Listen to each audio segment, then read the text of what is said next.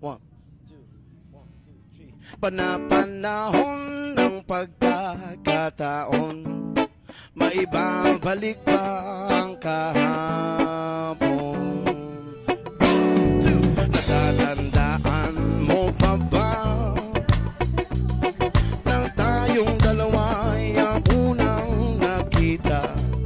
Panahon ng kamusmusan sa piling ng mga bulaklak at halaman.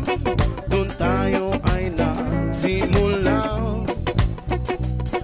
mangarap pa umula. Natatandaan mo pa ba inukit mong puso sa puso?